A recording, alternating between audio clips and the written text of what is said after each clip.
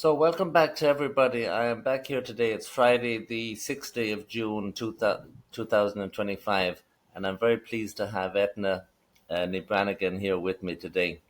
And Etna has suffered some ill effects, to say the least, from the jab, and I would like to get her story. Etna, thank you very much for coming on with me today. Thank you, Declan. Now, let's start with before you got the jab. What was your life like before you got the jab? Did you have any medical issues, or were you just more or less a normal person living your life, no care in the Yeah, world? well, I was fitter than I'd ever been. I was actually bored during the pandemic. Um, I had I'd always worked very hard, quite physically hard. So I found it very difficult to be stuck at home, and I'd ended up messing about with a wee fit and was having great fun chasing dogs up mountains and all sorts of stuff, and thought, I'm going to take this outside. So I was actually up to 5K running outside. And at age 61, that was a big deal for me. I'd never done anything like that before. So I was ready to sign up for my first mini marathon. So I was very fit. I'd never done any sports. I'd never enjoyed sports, and I'd never done swimming or anything like that. I didn't enjoy any kind of sports. So I was in the best shape I'd ever been at age 61. And I think that's probably one of the main reasons I'm still alive, because physically my body was in very good shape. It's interesting you should say that because I'm somewhat similar to myself, and many people are in the same boat. So you would say that at the age 61, after getting a little bit of a desire to exercise, that you're actually in better shape than you would have been at 41, 20 years earlier. So you're actually in great shape for your age at the age of 61 4 years ago. Yeah, yeah, very good. Yeah. I'd never done, as I say, I'd never done any sports or anything like that. But I was always quite a very strong person, because I had taken on work that had meant that I had worked physically hard. I had been a dog groomer. I had a dog grooming business in my 20s. So I was carting around big dogs, carrying them upstairs and doing all sorts of interesting stuff along my life. And then I had chosen to work with people after seeing my father die at home and watching the people that worked with him. I came home after his death saying, I'd like to be able to do that for other people, the comfort they gave us. So I had worked with elderly people at the end of their lives and was with people. I was with people at the end of their lives when they died. So I had worked hard, physical work. I chose to do it. So I have been a very, very strong person. Now I'm not. I'm as weak as a kitten. I got the shock of my life about 2 weeks ago at my cousin's baby's christening and then birthday party for a 2-year-old, and I picked up a year-old baby and I couldn't walk across the room with them, you know. And such a shock, because I'd always prided myself on being so strong. I couldn't walk across the room with a 1-year-old baby, you know, So to it was a big have part a of bit of your life banter. giving comfort both physically and mentally before you decided to take the jab. Yes, Coming, yes. what made you decide to actually take the jab on the 18th day of May 2021? Terror, fear and terror. I don't know how they got me. I really don't. I still can't believe they got me, because I'd had the 1968 Hong Kong flu when I was a child. And I remember on Christmas Day being carried down the stairs, and I didn't care about Christmas presents, and I couldn't eat my Christmas dinner, and I used to love my Christmas dinner. And I can remember the taste of them trying to give me some Christmas dinner, and I just couldn't. And I remember being carried back up the stairs, and we had twin beds, myself and my sister. There was just the two of us growing up. And I remember seeing her lying in bed, and she couldn't lift her head off the pillow. And I remember, you know, just illness like that I've never experienced since, until now. When people would have said, "Oh, I've had the flu." No, this kind of flu killed people, even little children. And so I had experienced, you know, death-defying flu in 1968 when a lot of people died. And my hobby was genealogy. And at the time, I was putting my uncle's life's work online, where he had traced our family tree, two lines of our family tree back to when records began in 1690. And I was putting all his work, 30 years of work before the internet, where he went around parish offices and sat in people's houses and all this amazing work that he'd done. I had taken over from him. And I was looking at the 1918 flu, where my grandmother's sister died, and she lived in a tiny little townland called Grange Ballieu, which is just up the road from here. And all it is a crossroads. There isn't even a shop there. There never was. It's a crossroads. And the 1918 flu got to her there. A 28-year-old died from that. So when this COVID thing came around, I believed that there was something to fear. And but I was also very much aware of the fear of vaccines. I I was I had read up on the HP or not HP or the ones that my brain is playing tricks with me now.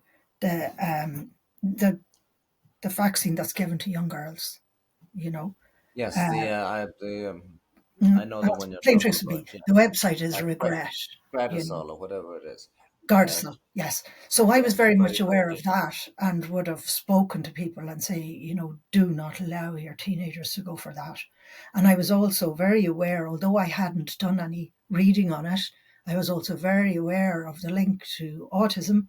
I was very aware of that. And I had met so many people that had said to me, my child or my grandchild was a perfectly healthy baby meeting their milestones, and then bang, overnight they were a different child. I was very much aware of that. So I was frightened of this injection. I didn't want it. I really didn't want it. But the politicians at the time, our Taoiseach, Micheál Martin, went through the media, the mainstream media in Ireland, and said if people of my age group didn't take this particular one, AstraZeneca, if they didn't take it, they went to the bottom of the queue. I was stuck between a rock and a hard place. I wasn't in contact with the people that I know now. All I had at the time was Google and mainstream media. And I was being told, take this or you don't get any. And I was stuck. And my research at the time, I was only getting what mainstream media were giving me. I wasn't reaching the places that were hidden to me at the time. I was really stuck. I contacted my, I was in with my GP at the time, and she said, we have no guidance. And I like my GP. I do like her. So she was being given nothing. Um, I wasn't finding anything when I looked at the internet because it was all hidden. Everything was hidden at the time. And I went to the vaccination centre. I spoke to reception. She sent me to two nurses. I spoke to them. They called the pharmacists. Now, how many people do you know of that got this? That I went to that much trouble to what was available to me at the time. And the people that I know now that were out on the streets and whatever, I just didn't see any of those people at the time. They weren't visible to me. I live out in the sticks in Clogherhead, away from where the people that were standing there. I met them very shortly afterwards, but not in time. Maybe I was meant to tell my story. I do believe that now, you know. well, So hopefully you'll get the good pharmacist chance. yeah, the pharmacist came over and spoke to me and reassured me, and I was lied to that day. I was lied to. I was given none of the information that is relevant to what I have now. And when I got my Freedom of Information notes from that day, there was nothing about my conversation with that pharmacist. And I worked in the arena of hospitals and so on, and all of those things are recorded. But yet it wasn't in my file when my file turned up. That wasn't given to me. So, it's always recorded, but that wasn't there when I got my notes because I am taking a legal case. Okay, to summarize what you said there now, I think that you were driven by fear, and unfortunately, your Mm, knowledge was what instilled that fear into you. I have not heard anybody mention the Hong Kong flu in I do not know how long, years and Yeah. years and years and years.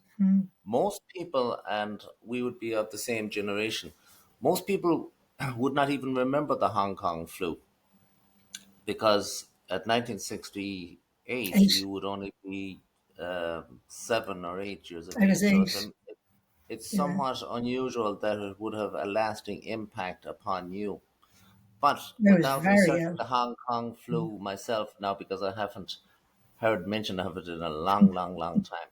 But the Hong Kong flu, of course, was turned out to be a bit of a fiasco, and the effects of the prevention of the Hong Kong flu was worse than the Hong Kong flu. But a lot of people died of the Hong Kong flu.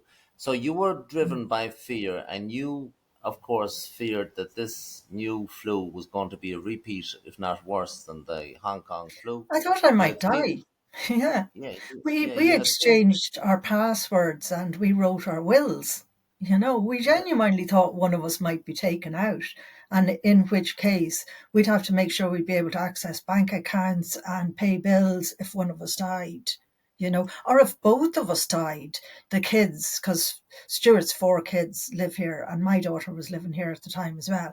So there were seven of us living in the house, and we had to make sure that everybody'd be able to survive if one or both of us died. That was our mindset at the time. You know, Okay, well, can you tell me if that was being your mindset, would that be extreme, or how does it compare with the mindset of the general population? Were most people somewhat as scared as you were, or was was the fear widespread? Now, your fear seems to be very extreme, and you were remembering the Hong Kong flu. But for most people, would the fear be somewhat less than that, but still a great concern? I think there was a lot of people in the same frame of mind as myself, and there are some people that still have it. But I mean, it didn't take me, well, when I say it didn't take me long for the fear to come down, I mean, I was still in that frame of mind in 2021. You know, this was, May 2021, I was still afraid.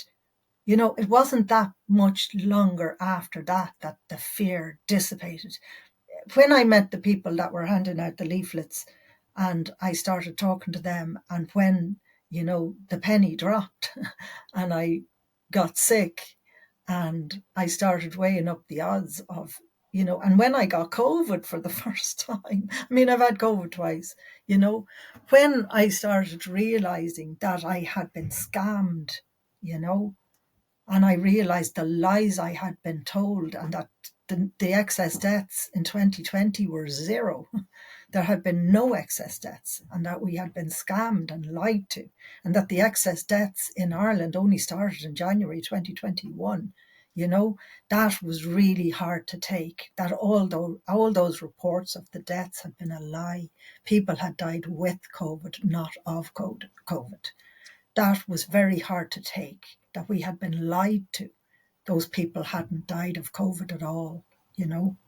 That was So hard to what you're take. saying there about excess deaths, you're comparing the deaths of a normal year, say 2019, to the following year, 2020, when supposedly huge numbers of people were dying, and the figures showed that the death numbers for both years were basically the same.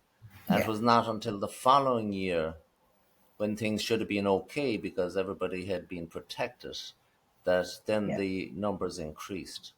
yeah. Now, When they getting back started to the, the rollout, people look, started to die. I want to finish up about the day you took the vaccine.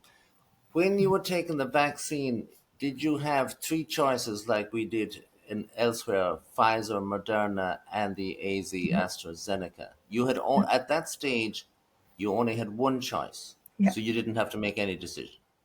No, I was told that I could only take AstraZeneca.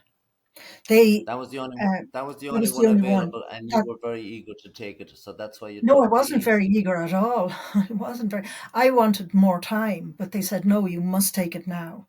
I wanted Okay, more so you time to think you about were it because I wasn't really happy about taking it. But they said if you don't take it now, you won't get any. Okay, so it was a take it or leave it, now Yeah. or never. And They and knew then exactly then they just had a to go. matter of a few days later, then they said, no, we've changed our minds. You can always take it later if you want to. Okay, by that time it was too late. You had It was already too late. taken I'd it. already taken it. How long after you took the jab did you notice or begin to experience what we'll call adverse reactions to it? Well, it started pretty much straight away, but I tried not to think about it. I didn't want to focus on it because I had been concerned about taking it in the first place. I tried to not think about it, if you know what I mean. So Yes. I had minor stuff. I had a sore arm. I had headaches. I had bruising. I had all the minor stuff that they talk about that you can have, but I tried not to let my head go into it. So I ignored it. But day 16, I went blind. You can't ignore that, you know, No, you cannot you ignore that. can't. So So that happened during the night. I woke up at 3 o'clock in the morning and I had like a mesh across my eyesight. And I drew that out. I actually drew out what it looked like and laminated it so that I could, rather than try and explain it to doctors, it lasted for a while. This was 3 o'clock in the morning. I woke up and I made my way out to the bathroom. Our ensuite has another door that comes out the other side of the bathroom. And I didn't want to wake my husband. So I went into the ensuite, went out the other side of it, switched on the light, and stood in the bathroom and realized, yes, I'm definitely blind. And I could just about make out the outline of a dark towel that we had in the bathroom at the time. And that was it. Everything else was white. So I was so blind. as terrifying as that moment was, also of course at that moment you had to accept what you subconsciously felt, that the other minor ailments were actually a result from day I one wasn't of thinking getting the about the jab. vaccine at that stage. Yeah, yeah. What went You were through my just head, thinking about, that yeah. I'm logical and quite pragmatic. So I went, I can't drive. That was my first thought is, my independence is gone, I can't drive. So there's things going through your head like bleed at the back of the brain, of the eyes. Yes. You know, people can go blind overnight because they had a bleed. I'm thinking something catastrophic has happened. I'm now blind. And my automatic thought is, I'm not going to be able to drive, so I can't go anywhere independently anymore. So that's my thought. But then the eyesight came back. I don't know how long. I still don't know how long. Maybe 15 minutes, something like that. Eyesight comes back. Didn't even wake my husband. Got back into bed, went to sleep, and I told him the following day. So then I get more of these episodes, but I don't go blind. And they're, the way I describe it was, it's hexagonal shapes, honeycomb, lots and lots of these shapes all together. I get them again, but the really severe one, the first night, which was day 16, had vertical and horizontal lines through it as well. So the ones with the vertical and horizontal lines left me completely blind. But when I just got the hexagonal shapes, I could see with that. So that's the start of my neurological journey. So can we assume then that that day or the following day or whatever, you went to the doctor and you told him about these conditions, and what did the doctor reply to you? Oh God, now I don't into minuscule details about this. I No, can't it remember. doesn't. I'm just Oh, talking in general. Yeah, we don't need to get the into the first, the smallest first, things, but the just to first get the journey timeline. was to the optician. Yes. So that was the first stop. Went to the optician. My eyes were perfect, so I didn't have to worry about that.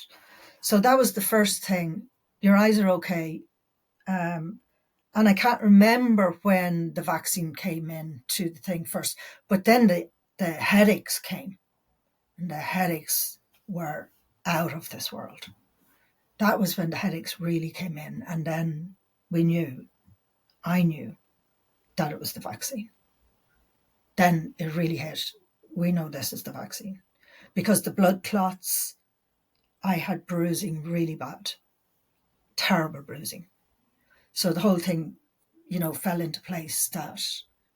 And then in July, the 10th, 11th of July, I had a massive incident where I was dying. I was going across, and that was huge. That was the big one. I was Can dying you that can night. you can you repeat that now exactly? What happened on the 12th of July, did you say? The 10th, 11th of July. The 10th of July was our third wedding anniversary, myself and my husband.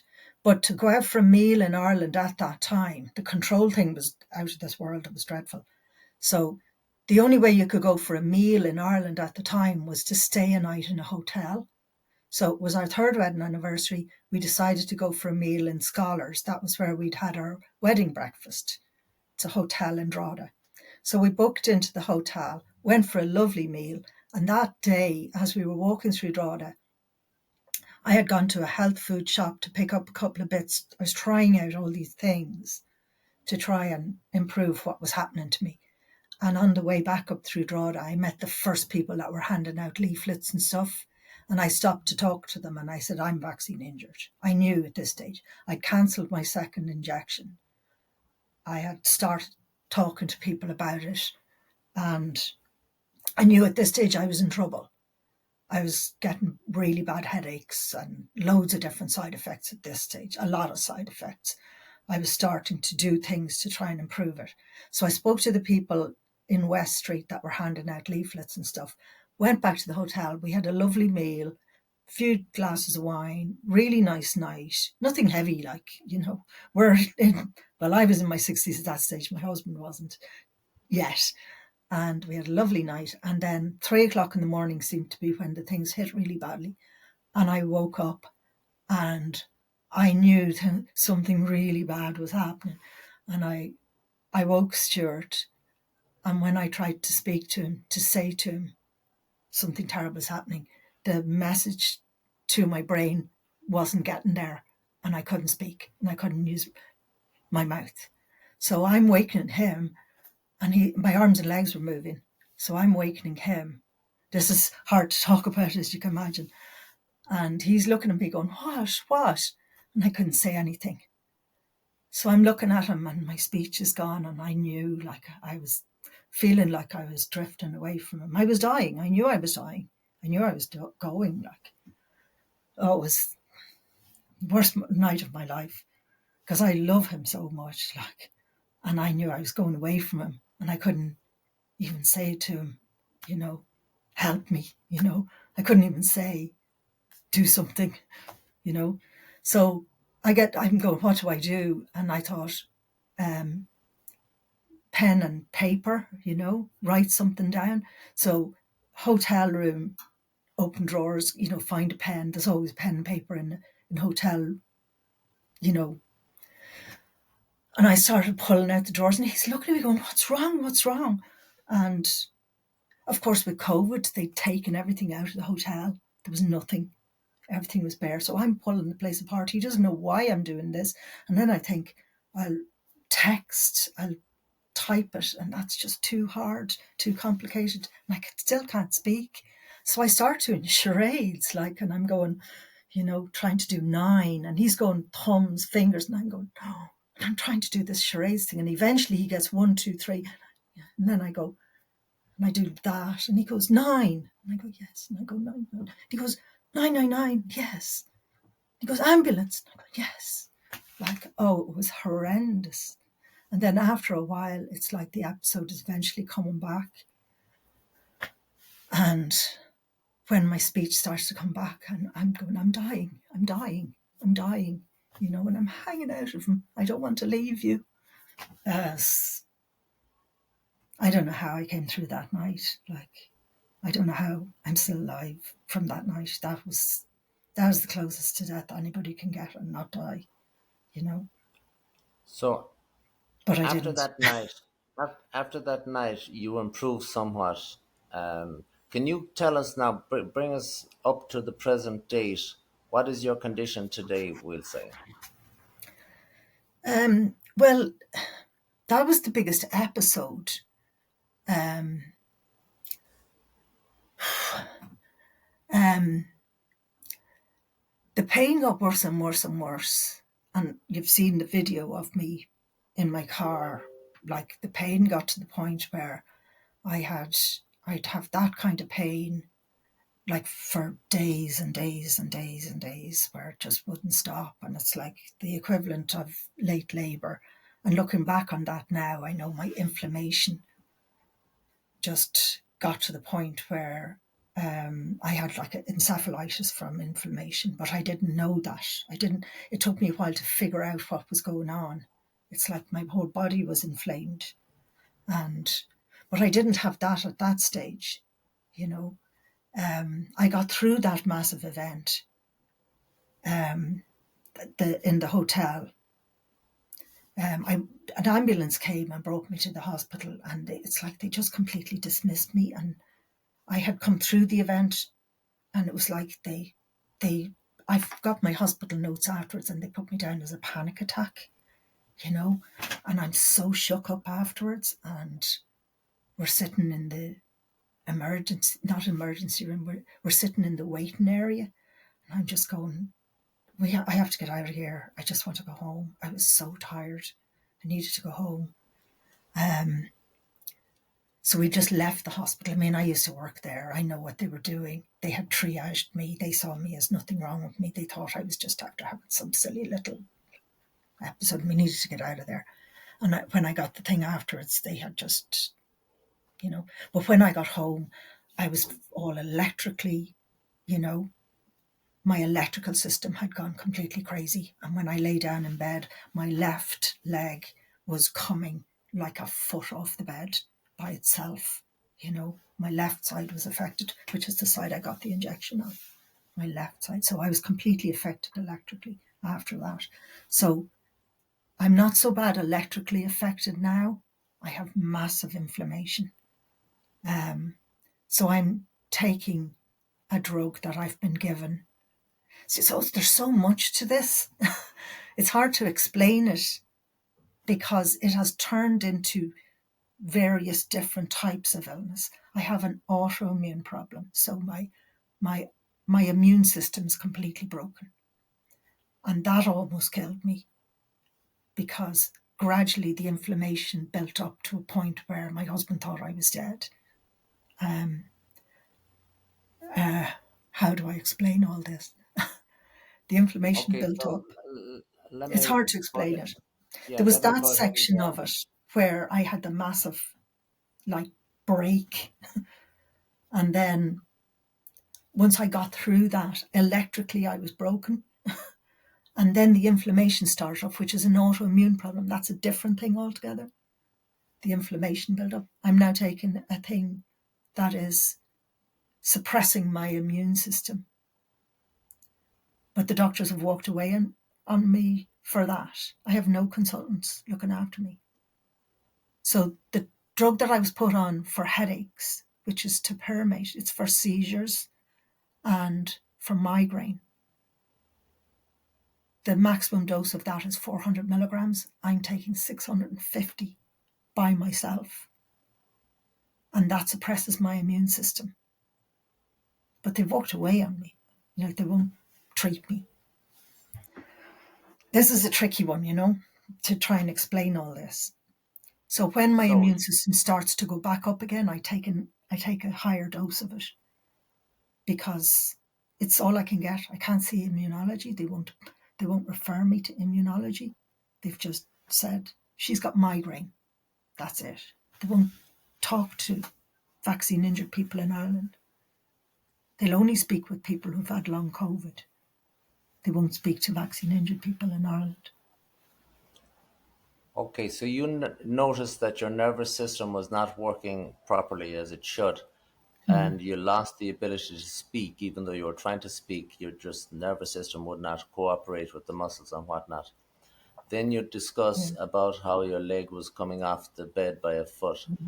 Can we assume that's more or less like what happens in a reflex reaction? It just jerked up with no Yeah. conscious effort by yourself whatsoever. Yeah. Lots of people have And that.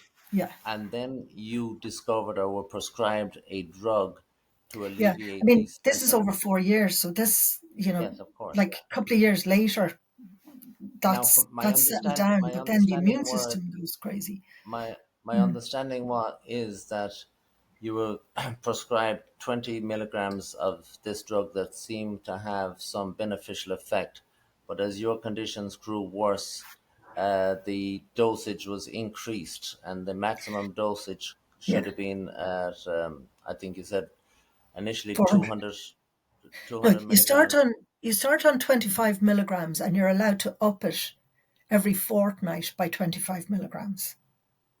So Okay, that's so where I started, and you quickly got up to the maximum anyway, it which is took 400. yeah, I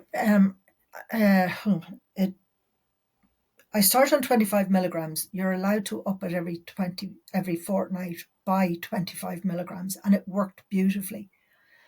But they wouldn't negotiate with me when I was trying to discuss it with them to go to immunology for an immunosuppressant. They wouldn't allow me to do that, to get a proper immunosuppressant drug. They wouldn't allow me to go to immunology. So when it came to the point that I was reaching the maximum dose, and um, uh, when I was coming to the halfway point of the 200, my initial prescription was for 200 milligrams of this drug. And when I reached the 200, and I hadn't got the second prescription, which would have allowed me to go up to 400, and I reached the 200, I went up to inflammation again, which once my inflammation was up very high, I was actually dying. Stuart thought I was dead, you know. When my inflammation went to a very high level, I was dying, you know. This is the conversation we had about vexus. I know I'm not explaining this very well. It's hard to explain it. The illness that I believe I have is vexus, which is inflammation of the bone marrow. And when the inflammation gets to a high level, the body just ceases to function when the inflammation gets to a certain point. And when my inflammation was at a high level, I was dying. Stuart came in at one point. I had been asleep for something like 17 hours. And he shook me by the shoulders because he thought I was dead. When I opened my eyes and looked at him, his face he said, I thought you were dead. And a few weeks later on, when I was on this new drug, I mentioned it to him and I said, that time when you thought I was dead. And he said, that happened several times. He thought I was dead on several occasions. When my inflammation went to that high point, my body was just dying, you know. So I know where it goes when my inflammation gets to a very high level. So when I got to the 400, I knew what would happen if I didn't continue increasing the dose. So I got myself a nice little stash of this drug when I got to 400, and I continued to increase it. And at this point now, I'm on 650 milligrams. My doctors know I'm doing it because I have no choice. If I just stop, I'll die.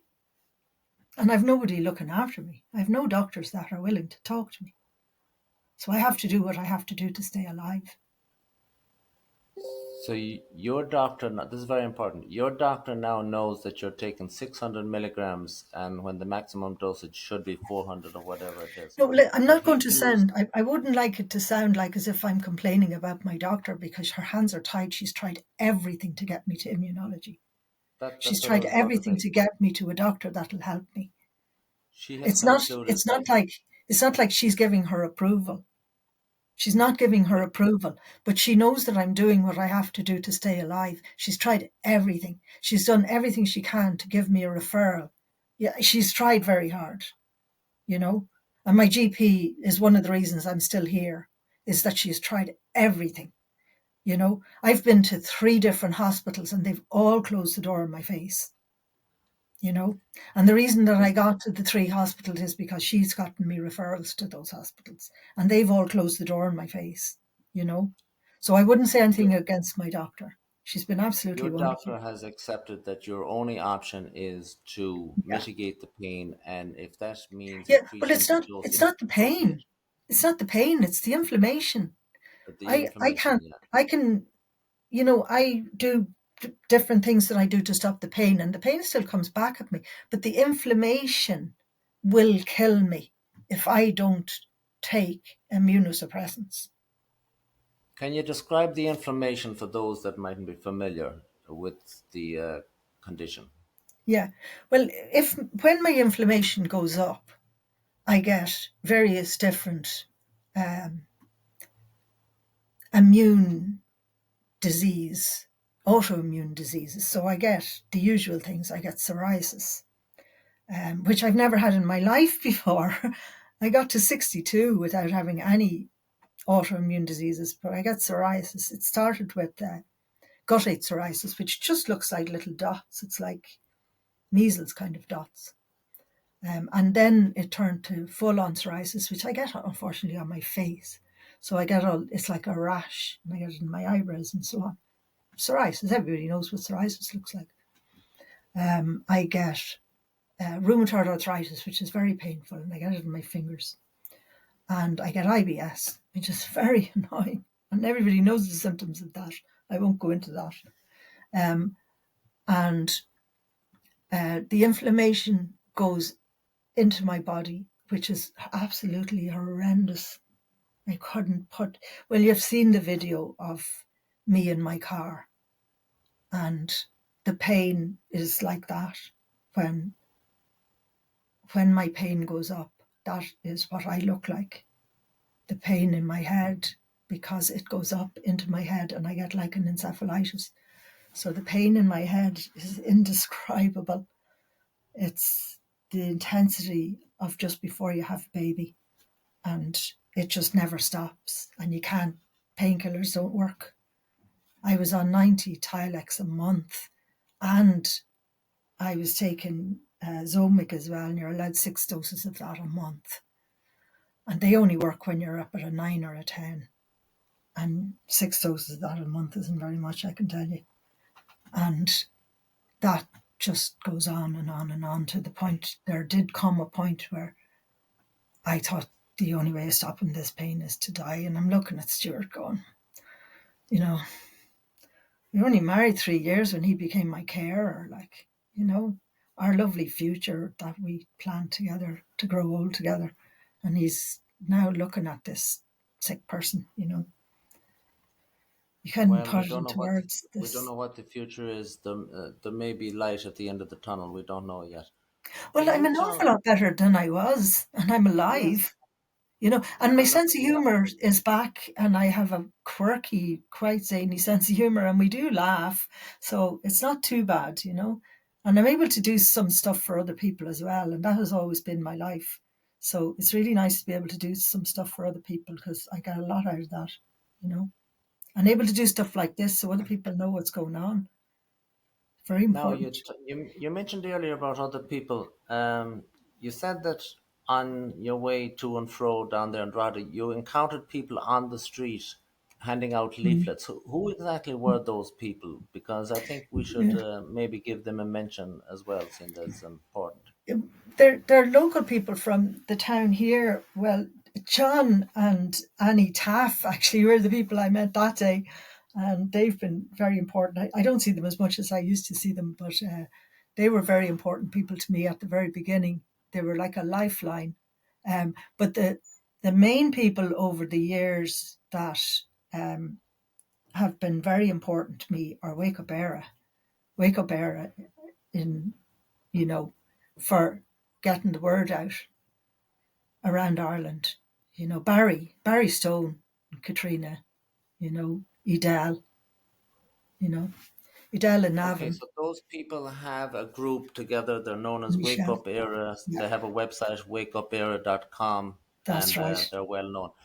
But the amazing thing is, they have been there from very, very early on in the Mm. situation. So that's 3+ years ago. And Oh, God, it's more than that. yeah, Yeah, more than that. Yeah, I'm over 4 years now since I put my arm out, and I met Barry very early on. so it's somewhat amazing that these people were concerned from day one then. Mm. And an awful lot of the work that they've done, they've dipped into their own pockets for that, very early on. And Talking Michelle, about Michelle as well. talking about pockets, has I assume this has greatly impacted your family financially. Yeah, well, I mean, I had only married my husband in 2018. He's done all his stuff himself, but I can't work, and I loved my work. I really enjoyed my work. I was doing reflexology, and I had built to a certain point, that it was very important to me. Um, but that's hard to take, that I can't do that anymore, you know.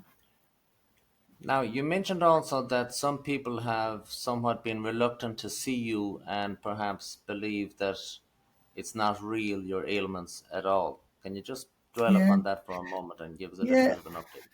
yeah. The thing about it is that, well, I don't go out when I'm not sick. I don't go out when I'm sick. Sorry, I don't go. Obviously, when I'm in pain and when I'm not well, obviously I'm not out. And when I do go out, it's it's not obvious. You can't see it. So people are inclined to, um, they say, "Oh, you look great," and it's very nice of them to say that and all that, but it's a bit, people are inclined to assume that I'm not too bad, that everything's fine, and it can be a bit annoying. People expect a lot, and I'm hoping that my brain is okay to try and get this. There's a part of this that is important, and I did a post the other day. Um, we get used. The vaccine injured get used, and I do find that very, very hard to take. And I hope that I'm able to explain this properly. But there's been a few times over the last short while that I've felt very much used by people. Not just me, but the vaccine injured. I like interviews like this. I like doing podcasts like this. Um, but there have been a couple of times recently that I really felt that me or the vaccine injured were really been, used for other people's agendas. And it's happened so many times over the last 4 years that it's really wound me up. There was and I'm going to say it out straight because I don't like being lied to, and I don't like when somebody is feathering their own nest, if you know what I mean. A doctor came along to a coffee morning recently, and then uh, Marcus de Bruin came to the last Wake Up Era coffee morning. It's a support group for vaccine injured, support group, you know. And he came along, and later on, then at at a in an interview on a radio show, he said that he was invited. He wasn't invited. He invited himself along. And then he went on without the permission of the person that he was talking about, went on to discuss somebody else's, one of the people that was bereaved. He went along on in the radio program to discuss the person's case without asking them, could he talk about them on a radio show? Is he talking about me somewhere else that he hasn't asked, could he talk about me? And then he, I find out that he has completely lied to me when he was talking to me at the coffee morning. Because if I had known that he has been injecting people, he came and he sat at our support group when, if I had known he'd been injecting people for a couple of years, I wouldn't have wanted to sit beside him, to be honest with you. I wouldn't want him sitting at our support group meeting. He told me a lie. He sat there and he said that when the letter was put in his hand that he needed to sign to inject people, he told me to my face when the letter was handed to him that he needed to sign to inject people. He said, I closed my practice. No, he didn't. It was only when he was given a contract to sign for injecting children. He told me a pack of lies. A pack of lies. So he did. Well, it'd be And very went on sad to think. to tell to tell a completely different story to somebody else a few days later. And he It'd be never sad got to think. permission to tell somebody else's story on a radio show. He's looking for people to go and support him at his, you know, at his hearing. Well, all I've got to say to that is it'll be sad to think that people are trying to feather their own nests on the misery of others, etc. Yeah, I But mean, we he do sat see that in beside life. me at a support group meeting and then went and told a whole big pack of lies on a radio show without getting our okay. I don't know. And that's the second time in like a fortnight that somebody has used the vaccine injured to do something that they wanted to do because there was to be a court case about something, and Yes, well, we I'm will getting shit likely thrown see at a me lot. for that as well. You know? We will likely see a lot of people backtracking on what they did and what they said and what not. But we'll move on to that because I don't really know too Yeah, much about this fellow you speak of, yeah. and I know. You see, like it's people too seem to tragic of a forget story, I'm that afraid. they're dealing with people who are really, really ill. You know, and these kind of things that are happening, they're forgetting that they're dealing with sick people, and they think they're, you know, when they're doing stuff like that. It's like my solicitor with my case. At one stage, he rings me up and he said, he said, I've been looking for an answer to this for the last 6 months and you can't make up your mind.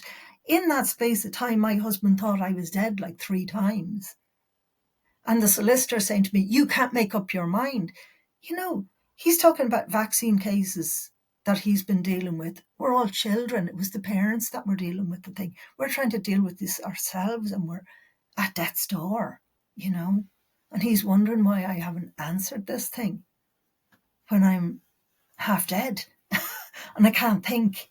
Like I was having brain crashes, you know. It's tough Mo- being vaccine injured, you know. It is really Moving hard. along a little because the time is passing.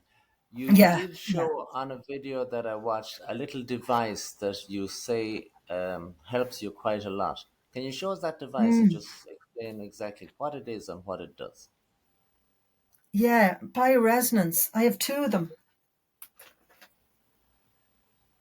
They're they're frequency medicine, and I could have had that one on a different program to keep me on the straight and narrow. Um, I did sidetrack off a good bit there, and I apologise for that. Um, That's okay. We're just having a probably, chat. Where it goes, it goes. yeah, probably going into the conversation about the the early trauma of nearly dying. That can knock me for six. It's hard to get the head back on straight after talking about stuff like that. I do have PTSD, and I'm finding it very hard to get the help I know I need for that. I know I need to talk to a psychologist, kind of, try and get some help for that trauma because I do find it very difficult to come back from it when I talk about it. But anyway, these devices are very, very good. The This one here, this is Trinity. So it comes with like 120 programs, and you can then add on extra programs after that, which I've done, and I use that every single day since I got it. So there's different frequencies in it. Each program has several other frequencies inside the program. So it you set whatever program you want in it, and it gives you different frequencies for each program. Now, So when you does it play an audio or how no, exactly does it work? no. I probably should say to you that since I got hit with the since I got jabbed, I'm transmitting as well as being hit with problems electrically. I know it sounds insane, doesn't it? Um, so I'm very sensitive to energies coming at me or signals coming at me. Like, the M50 motorway in Dublin. When I drive down the M50, there's a power station on one side. I could get hit passing, going past that. So when I'm driving past it, at any particular time, I could get hit by the power station, which will put me to 10 out of 10 pain. Like the bells at my brother's house. I don't know if there's 5G in that or whatever, but that was what happened to me from the bells going at his house. I never know when I'm going to get hit by something. But also, after I was injected, the the TV in the sitting room, changing stations and putting going through um,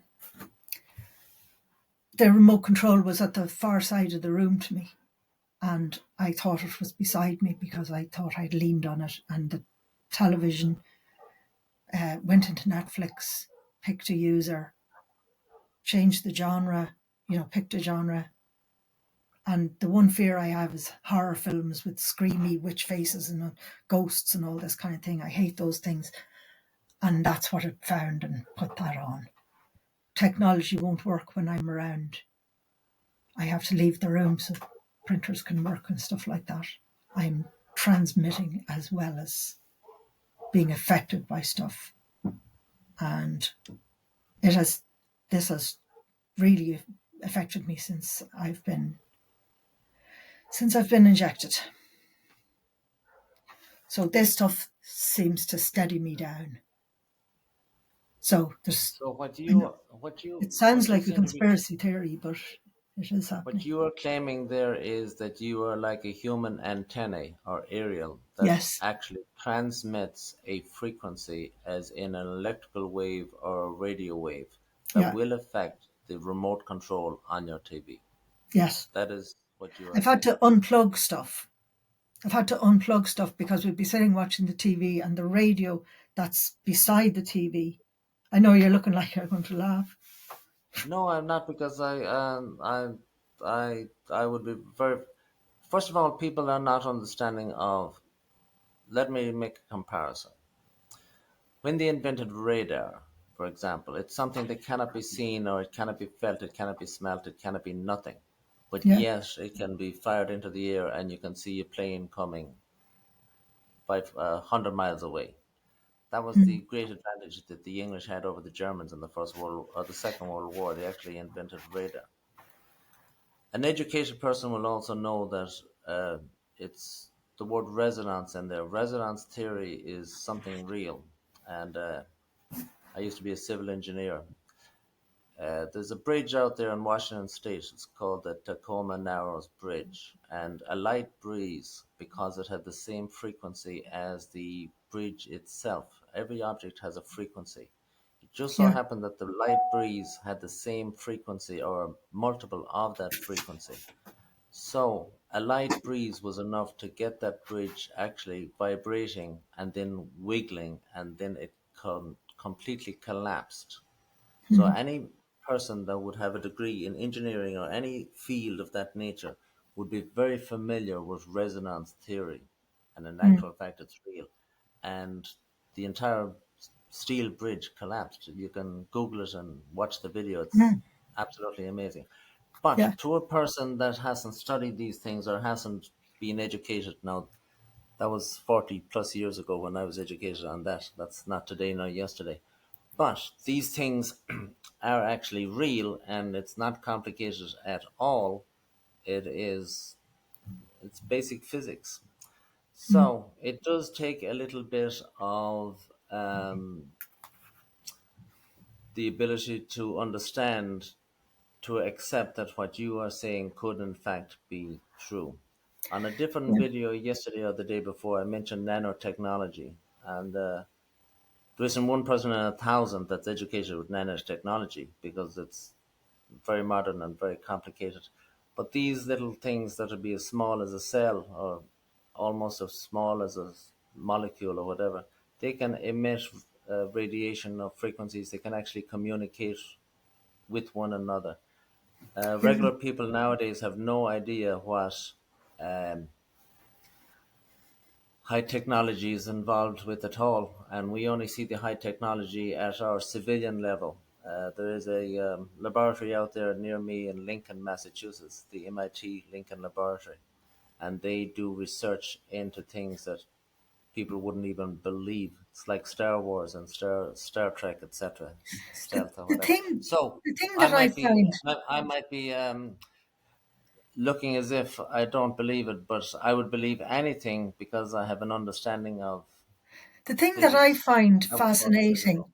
about that particular thing with the Netflix is that the one thing I didn't want to come up on the TV is the screaming ghost face, and that's exactly what came up on the TV. Yes, well, And I that ended up could be crying. true. I went into my husband and said, "Please disconnect that TV." But we've had to disconnect the radio and stuff beside it because when we were watching, it was on standby. And every time when we'd be sitting watching the TV, the radio thing used to come on. So we had to disconnect it because it was permanently coming on without, it was so annoying by it coming on when it was on standby that we had to plug it out. But Well, here's the, here's the, I can show you this if you like. So yeah, here's the, I'll just go, if I go into the complexes and, and just take one of them, I don't want to take the coronavirus ones up, which are just stupid. So we take one of the programs, and if you then go into, and that one doesn't do it, that's typical.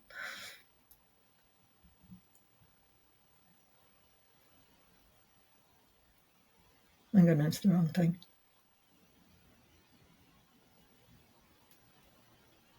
Ah, I should have taken an easier one. yeah. Well, while you try to figure that out, with a bit of practice, I believe that you could sort of train yourself to have the Netflix not have horror movies come on at all, but you could Yeah, actually have maybe I probably could. Wanderly Wagon. Honestly, How's that? back. I did think that I probably That'd could, be but much more soothing. I don't want to become. I don't want to become one of those people. I'd like to be able to do something better. I Yeah. don't want to become. I think things might work out as good as possible going forward into the future. Yeah, it'd be nice to be able to do something good, something better Now, than that. talking about doing something good, having a sense of humor, having a bit of a laugh, if at all possible. Can you go back and tell us about these support groups or comfort groups that has been set up? Who's setting them up, etc.? Because I think that is exactly what might be needed here for people to get together and compare their own situations, and what works for one might be maybe it would work for somebody else as well. Yeah, it's good, but to be honest, um, it can be very hard to get people together because people are sick and they're all over the place. They're Yes, all of in different course. It areas, takes an effort. and realistically, it doesn't get people better. I am I am involved in the CVIA, which is the kind of global coalition of vaccine injured, the worldwide, and I've been involved with them since the beginning. Um, and it's kind of, you know, there's a lot of stuff getting done there. There's nothing coming out of Ireland, of course. It's all But other tell us countries. tell us about the meeting that was held that Dr.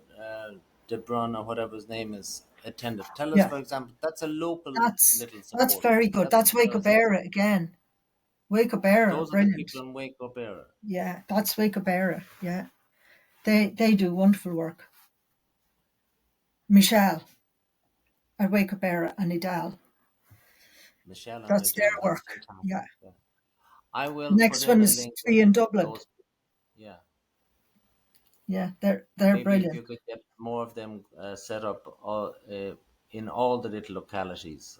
It'll be fantastic. Yeah, All yeah. right, There, Edna, that was a very interesting story of your situation and how that you have been impacted by taking the jab with the dreaded yeah. Something advocacy. I would like to say is that Yes, you see anything the else you want to add? protocols that does my head in. Protocols. You know, I Can still you have just people explain trying to to us tell what me to exactly take you mean by protocols. protocols? Protocols, Peter McCullough's protocols, etc., etc.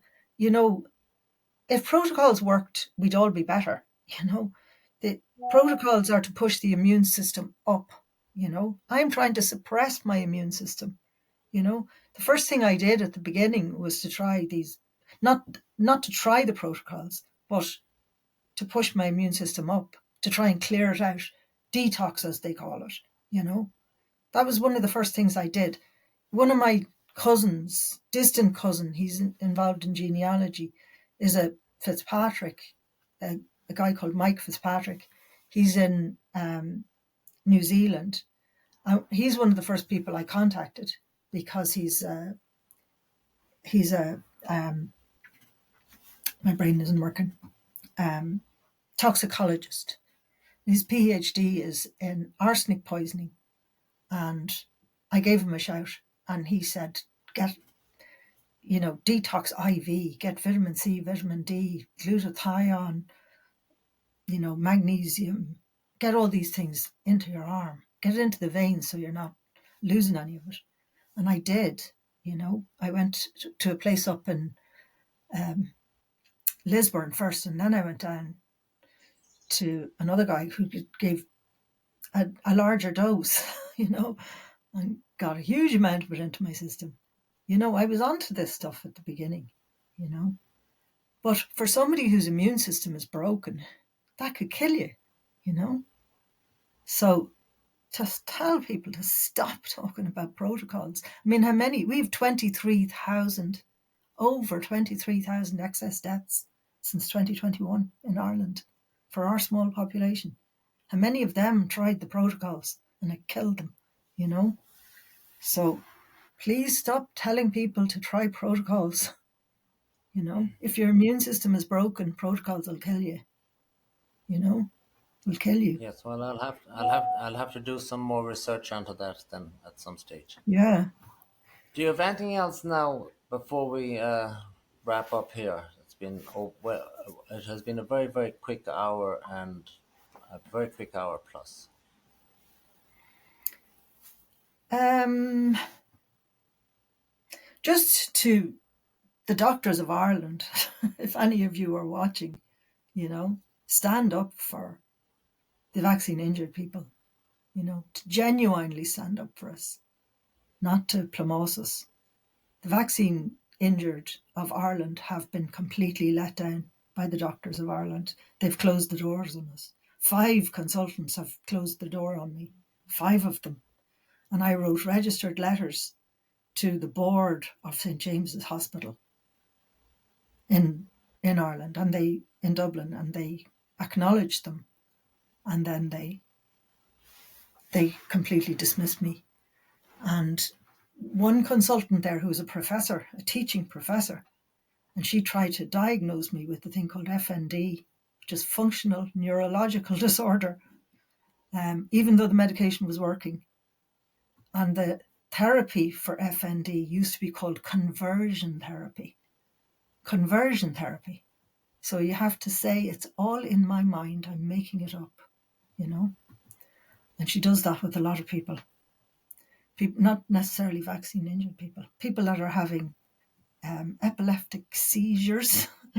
They can be, she's diagnosing people that are having strokes and seizures and everything with FND. And that means It seems any um, you don't get any kind of tests or anything. You don't get looked at again, and people aren't getting home help or anything like that if they're diagnosed with FND. Of it course, she's seems denying like it. a good excuse or a good get out of jail card free. If they don't want to deal with something, they just Yeah, say you've got yeah. She FND and doesn't that's like the end of vaccine it. injured. Case closed. Yeah, No help for vaccine injured people by anybody. You can get long COVID help. They'll help people that have long COVID, but nothing whatsoever for vaccine injured people. Nothing whatsoever. That would be to Case accept closed. and admit that a mistake was made, etc. Yeah, And that's something people normally do not want to do in life. yeah. All right, Etna, it was very uplifting and very enlightening to have a chat with you, and we will check in sometime later to see how it all goes. But I can follow you anyway on numerous telegrams and Facebooks and whatnot. Thank you Thank you very very much. much, Declan. Thank you. You're welcome. God bless you.